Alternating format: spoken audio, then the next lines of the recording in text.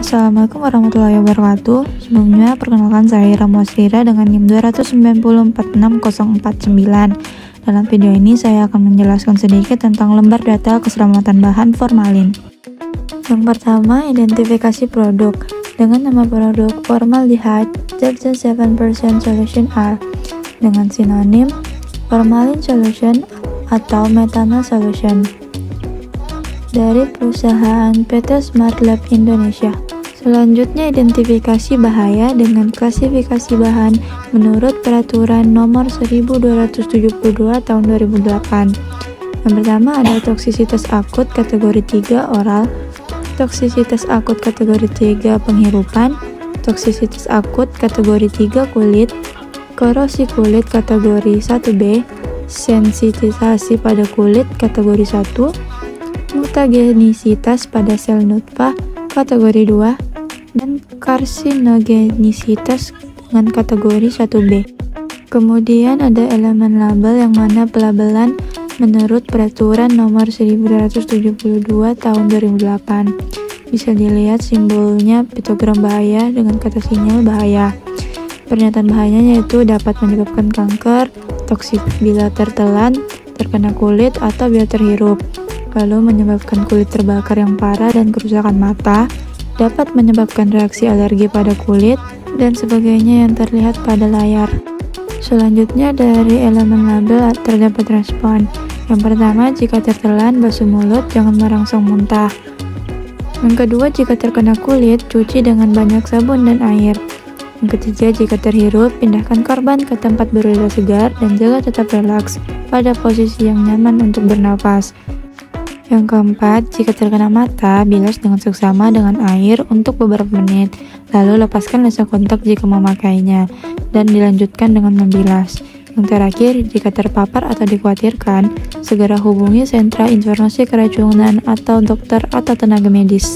Komposisi dan informasi bahan.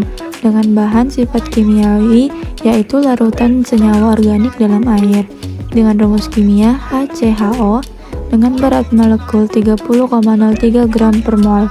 Selanjutnya, campuran bahan berbahaya menurut Peraturan Nomor 1272 Tahun 2008, yang mana bahan, klasifikasi, dan konsentrasi dapat dilihat pada tabel yang tertera pada layar.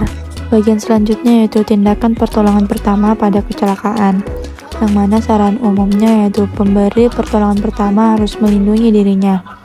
Lalu yang pertama, setelah terhirup, hirup udara bersih, segera hubungi dokter.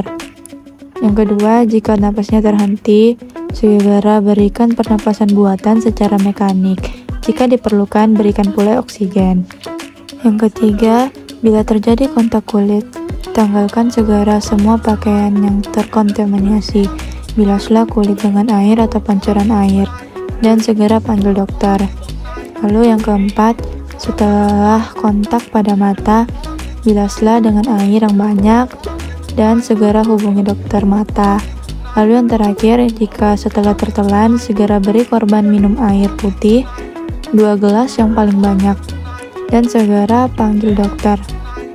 Berikut terdapat beberapa gejala yang berhubungan dengan penggunaan formalin, yaitu ada pening dan sakit kepala, batuk dan sesak, reaksi alergi, mengantuk, narkosis, gangguan penglihatan, iritasi dan korasi, dan yang paling parah yaitu resiko kebutaan. Tindakan penanggulan kebakaran. Yang pertama, media pemadaman api, yang mana ada 2 media pemadaman, yaitu yang sesuai, yang merupakan air, busa, serbuk kering, dan karbon dioksida, dan media pemadaman yang tidak sesuai.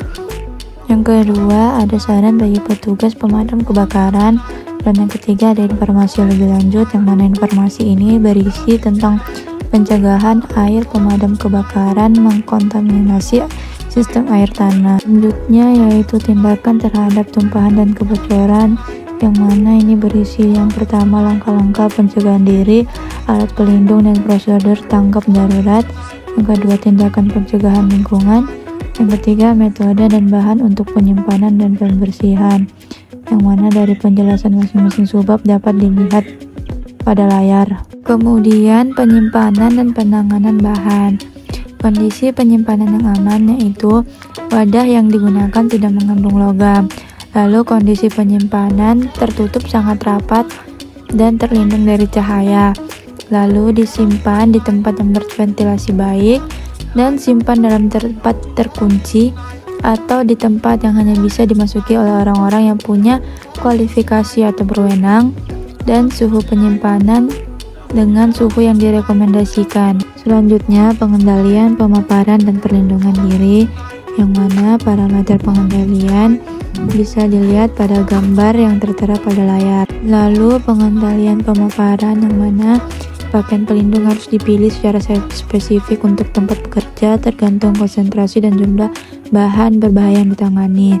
Lalu perlindungan mata atau wajah dengan kacamata keselamatan dengan sisi perisai sesuai dengan peralatan E6166. Selanjutnya, perlindungan kulit atau tangan, yang mana harus menggunakan sarung tangan. Dilanjutkan dengan sifat-sifat fisika dan kimia. Informasi tentang sifat fisika dan kimia bahan formalin dapat dilihat pada gambar yang tertera pada layar. Reaktivitas dan stabilitas. Untuk reaksi berbahaya yang mungkin dibawa kondisi spesifik atau khusus. Lalu kondisi yang harus dihindari ada panas, api, dan percikan api. Lalu bahan yang harus dihindari ada oksidator kuat, anilin, fenol, isocyanat, dan sebagainya. Selanjutnya ada informasi tentang efek toksikologis. Yang pertama ada toksisitas oral akut dengan tanda-tanda bila termakan, luka bakar hebat di mulut dan kerongkongan. Yang kedua yaitu toksisitas inhalasi akut dengan tanda-tanda iritasi mukosa, batuk, dan napas tersengal. Lalu toksisitas kulit akut dengan tanda-tanda melepuh dan menjadi retak. Selanjutnya iritasi kulit dengan campuran mengakibatkan luka bakar. Iritasi mata, yang mana campuran ini menyebabkan kerusakan mata berat dan resiko kebutaan. Lalu sensitisasi, yang mana campuran dapat menyebabkan reaksi alergi pada kulit. Selanjutnya yaitu pembuangan limbah. Dengan metode penanganan limbah yaitu limbah harus dibuang sesuai dengan petunjuk mengenai limbah tahun 2008/98/EC serta peraturan nasional dan lokal lainnya. Kemudian yang terakhir yaitu ada informasi pengangkutan, yang mana informasi pengangkutan tersebut dapat dilihat pada gambar yang tertera pada layar, yaitu ada informasi pengangkutan transport jalan, transport udara, dan transport laut. Sekian dari saya dan terima kasih. Wassalamualaikum warahmatullahi wabarakatuh.